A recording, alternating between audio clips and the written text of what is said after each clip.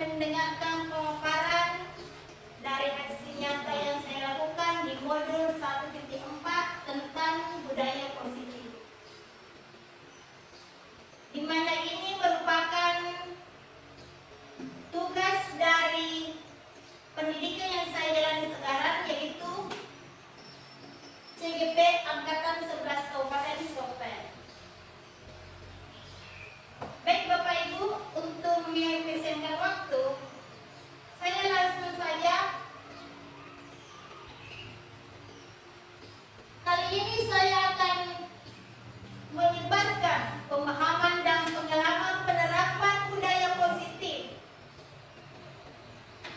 di mana itu yang pernah kami dapatkan di pendidikan CGP ini. Selamat siang para guru hebat.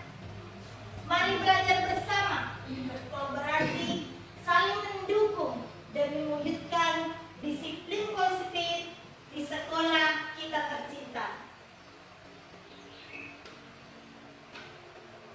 Adapun konsep utama modul budaya positif, di sini ada 7 yang saya akan paparkan. Yang pertama, perubahan paradigma belajar.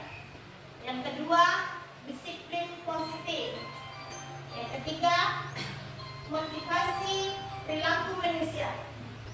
Yang keempat, kebutuhan dasar manusia. Yang kelima, posisi kontrol restitusi. Yang keenam, keyakinan kelas. Dan yang terakhir, segitiga restitusi.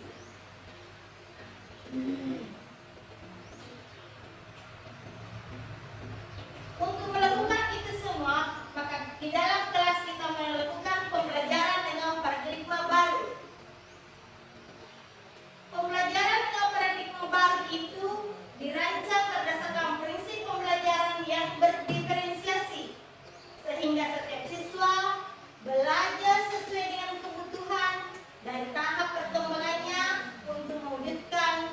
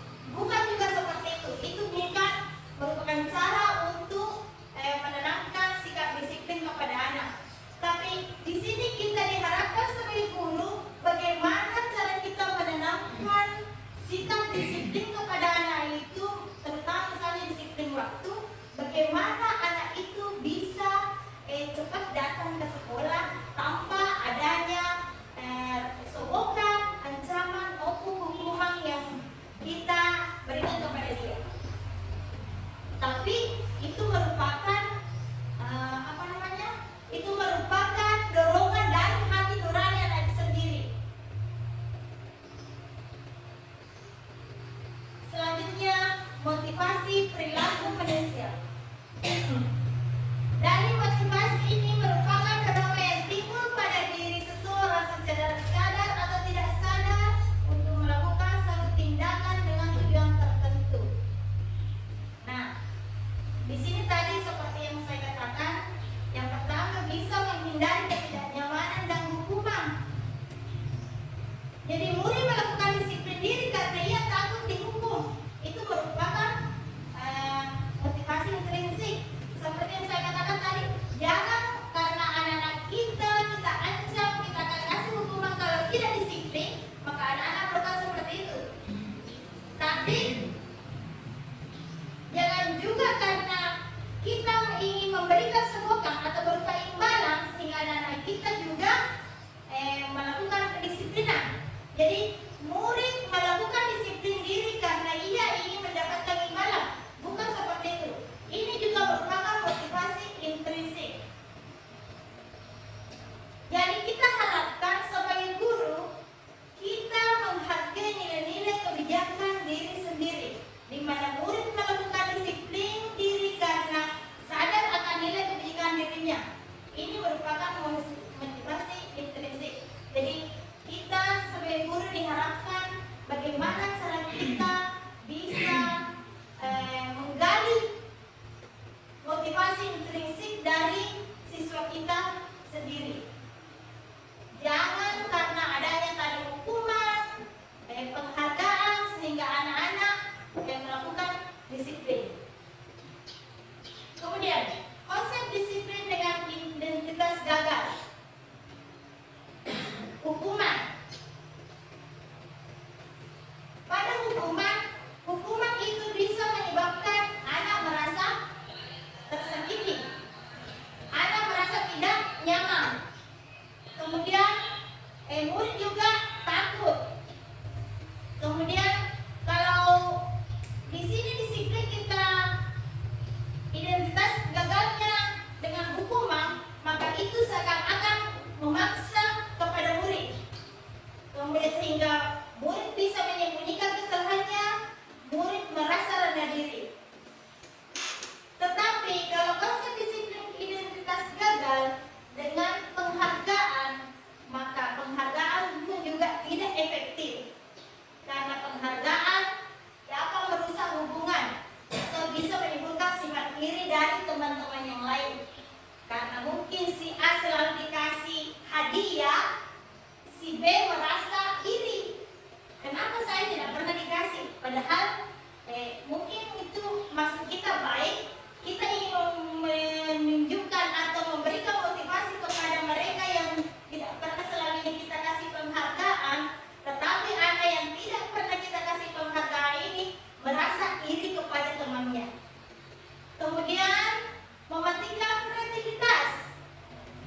Anak si A ini tadi mungkin tetap dia melaju, meningkatkan kreativitasnya terus. Tapi si B ini pasti dia beragama, tidak usah nih saya kerja lagi. Karena dia bagaimana? Pasti si A lagi yang dikasih penghargaan. Seperti itu. Kemudian menghukum dengan sistem ranking. Ini juga tidak boleh kita lakukan sebagai pendidik. Karena sistem ranking itu kan merupakan nilai kognitif. Tidak semua anak, mungkin anak itu misalnya memiliki kelebihan di sisi lain.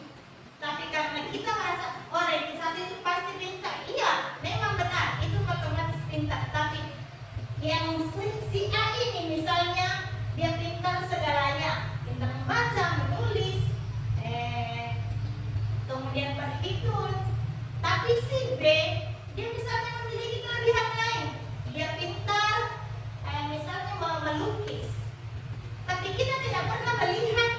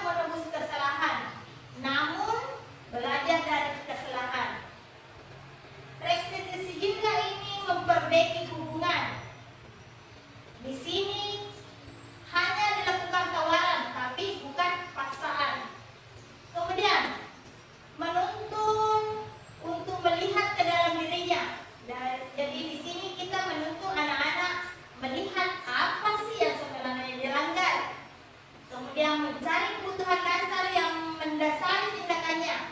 Kita gali apa penyebab sehingga anak tersebut melakukan hal itu.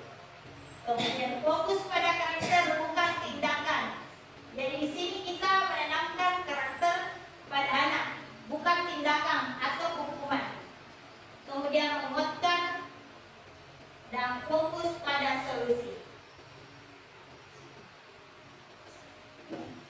Di sini ada contoh kasus dan perbedaan yang dilakukan terhadap siswa yang sering terlambat ketika kita melakukan hukuman, konsekuensi, dan restitusi. Perbedaannya yaitu kalau kita melakukan hukuman pada siswa yang sering terlambat datang, biasanya kita sebagai guru menghukum siswa tersebut, misalnya hormat pada bendera selama 10 menit. Ini pernah saya lakukan. Ketika ada anak saya terlambat, saya akan mengatakan, silakan kamu keluar ke lapangan, berdiri dan hormat di bawah tiang bendera selama 10 menit. Itu dulu. Tapi setelah mempelajari restitusi ini, alhamdulillah, saya mendapat pengetahuan bahwa apa yang selama ini saya lakukan di sekolah untuk mendisiplinkan anak itu ternyata keliru. Kemudian guru marah dan murid menjadi takut. Jadi kalau kita menerapkan hukuman, maka murid-murid kita itu akan takut kepada kita karena merasa bersalah, sehingga dia akan takut. Sehingga kalau merasa takutnya itu lebih tinggi daripada ingin belajarnya, maka saya kira anak yang datang pada hari itu akan gagal mendapat pelajaran. Kemudian perbedaan kalau kita melakukan konsekuensi. Ketika konsekuensi yang kita terapkan, maka guru memberikan konsekuensi untuk menulis misalnya di buku, kata tidak akan terlambat lagi sebanyak 1 halaman. Ternyata dengan melakukan seperti itu juga tetap anak-anak tidak berubah, masih melakukan hal yang sama. Konsekuensi yang kedua, guru tegas dan siswa menghormati peraturan. Misalnya kita menekankan pada anak, kamu jangan begitu lagi, kamu harus mengikuti peraturan. Besok-besoknya masih juga tetap sama, berarti ini masih dinyatakan gagal. Tapi setelah kita melakukan restitusi, guru menanyakan keyakinan kelas dirinya dan membantu siswa menyelesaikan masalahnya. Guru terbuka dan siswa menghormati dirinya dan orang lain. Jadi ketika anak kita ada menghadapi permasalahan, maka sebaiknya kita memanggilnya secara baik-baik, di mana kita melakukan restitusi. Kalau kita melakukan restitusi Bapak Ibu, pertama-tama yang kita lakukan, kita memanggil baik anak tersebut. Kita menanyakan apa permasalahannya, nah bagaimana tindakan yang akan dia lakukan. Seperti itu kita menuntunnya ke arah situ.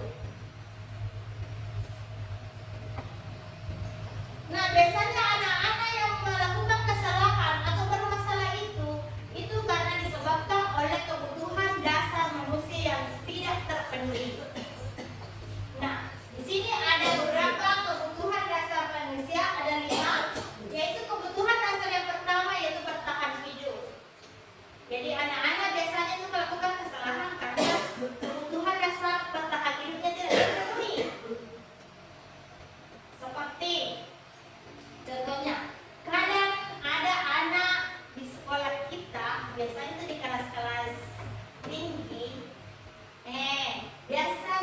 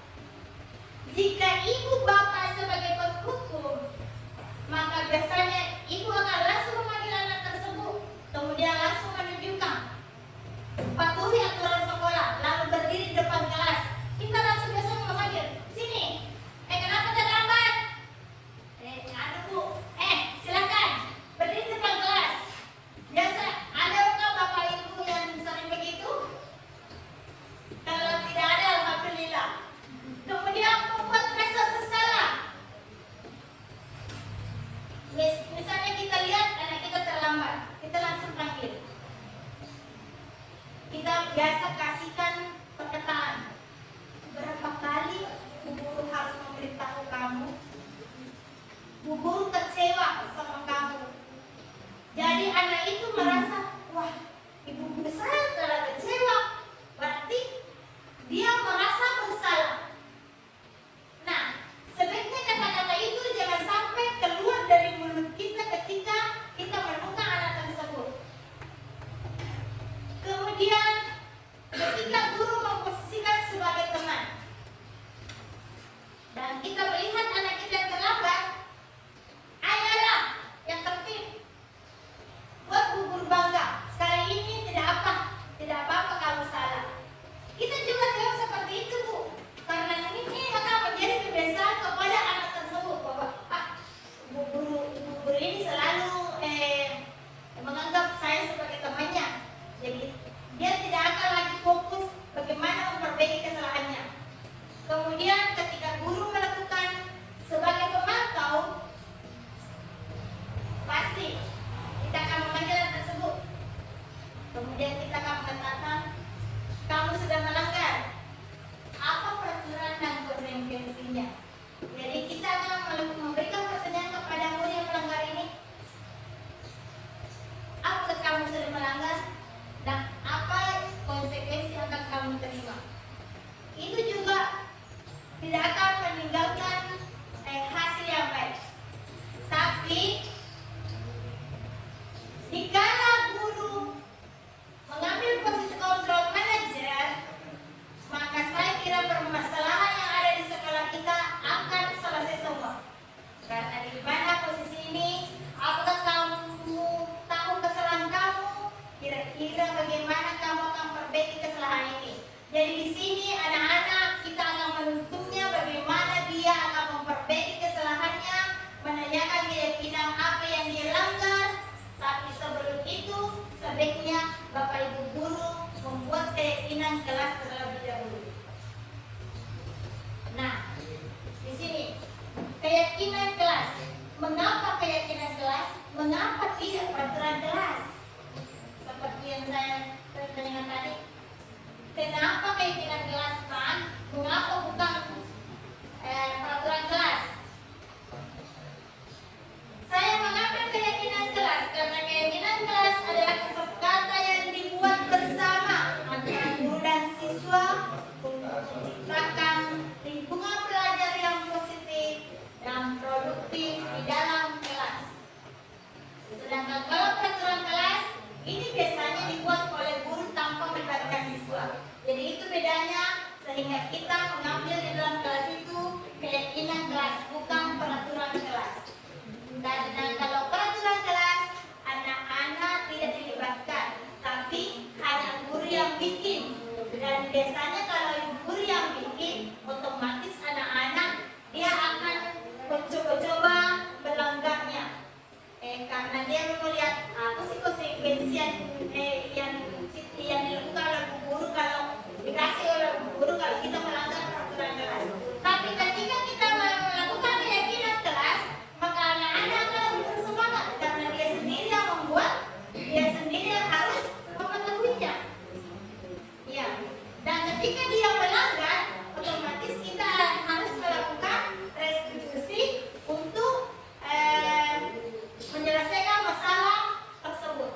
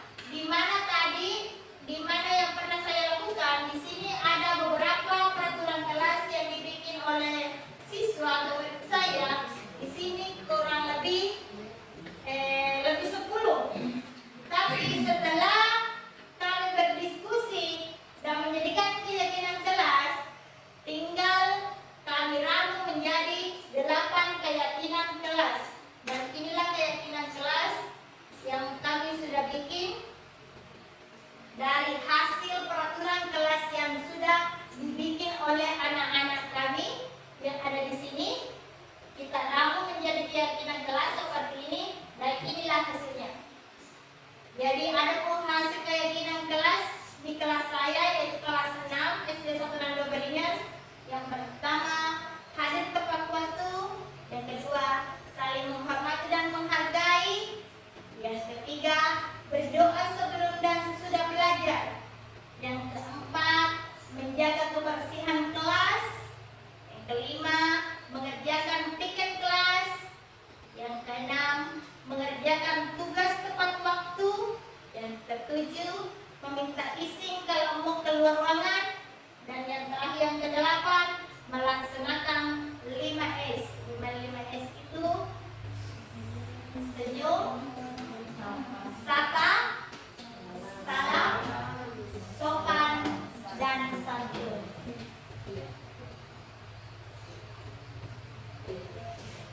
Jadi cara pembentukan keyakinan kelas itu bagaimana kita melakukannya?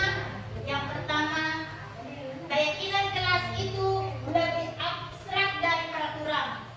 Jadi dia lebih spesifik dari peraturan. Kemudian berupa pertanyaan universal, berarti ini mencakup keseluruhan yang ada dalam kelas. Kemudian dibuat dalam bentuk positif. Yang keempat, sedikit saja, tidak usah banyak-banyak, tapi kita cari intinya saja agar mudah dipahami.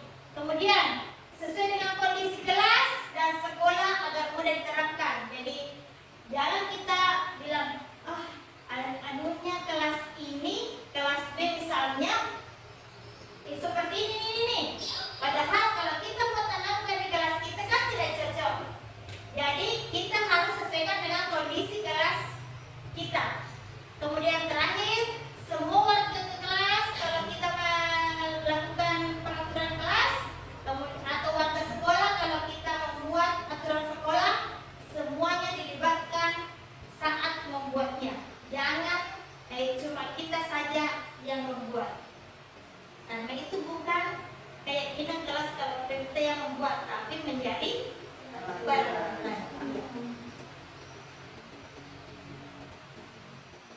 Nah,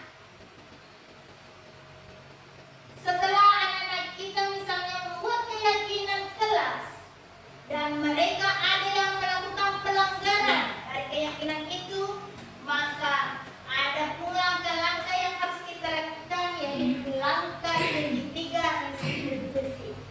Di mana segitiga restitusi ini terdapat 3 tindakan yang harus kita lakukan. Yang pertama, menstabilkan identitas. Yang kedua, validasi tindakan yang salah. Yang ketiga, menanyakan keyakinan. Pada menstabilkan identitas, kita bisa mengajukan pertanyaan atau pernyataan kepada siswa kita. Setiap orang pasti pernah melakukan kesalahan. Bisa juga kamu bukan satu-satunya yang pernah melakukan ini. Itu termasuk. Kadang juga kita bisa mengatakan semua manusia pernah berbuat salah, tapi mungkin itu sulit keluar dari mulut kita karena sebagai seorang guru. Kemudian pada saat validasi tindakan yang salah, kita bisa memberikan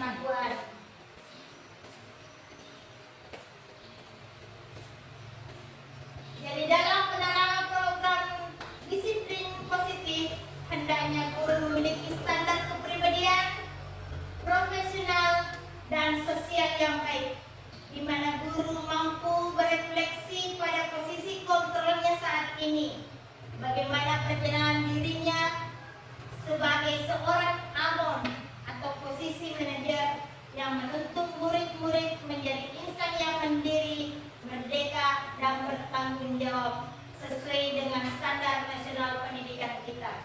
Jadi kita sebagai guru diharapkan ketika ingin menyelesaikan masalah, kita mengambil posisi sebagai manajer. Janganlah mengambil posisi sebagai penghukum, membuat rasa bersalah, posisi teman, dan posisi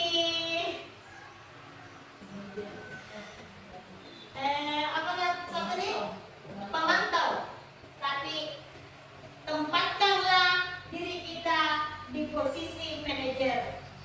Saya kira itu yang menjadi pemaparan saya hari ini. Apakah ada teman-teman atau bapak ibu guru yang mau bertanya? Silakan. Saya beri kesempatan. Ya, silakan ibu menanti. Terima kasih kesempatan yang diberikan. Pertanyaan saya, apakah semua masalah yang ada di dalam sekolah kita atau dalam kelas kita itu mesti dilakukan oleh tiga institusi? Terima kasih. Ya. Terima kasih atas pertanyaannya, pertanyaan yang sangat luar biasa. Apa katanya semua permasalahan yang ada di dalam kelas itu harus kita berikan restitusi. Ya, kita lihat di kala permasalahan itu yang dilakukan anak-anak kita itu melanggar keyakinan kelas yang sudah disepakati, maka kita sebaiknya melakukan restitusi. Kenapa seperti itu? Karena ini akan mendorong siswa kita, menuntun siswa kita bagaimana cara mereka menemukan solusi dari masalah yang dia hadapi. Jadi sebaiknya dilakukan restitusi. Janganlah kita langsung menghukum, membersihkan diri sebagai teman.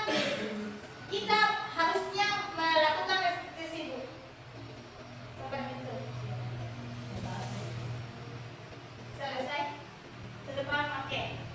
Baik, terima kasih atas kesempatan yang telah diberikan, atas waktunya Bapak Ibu untuk mengikuti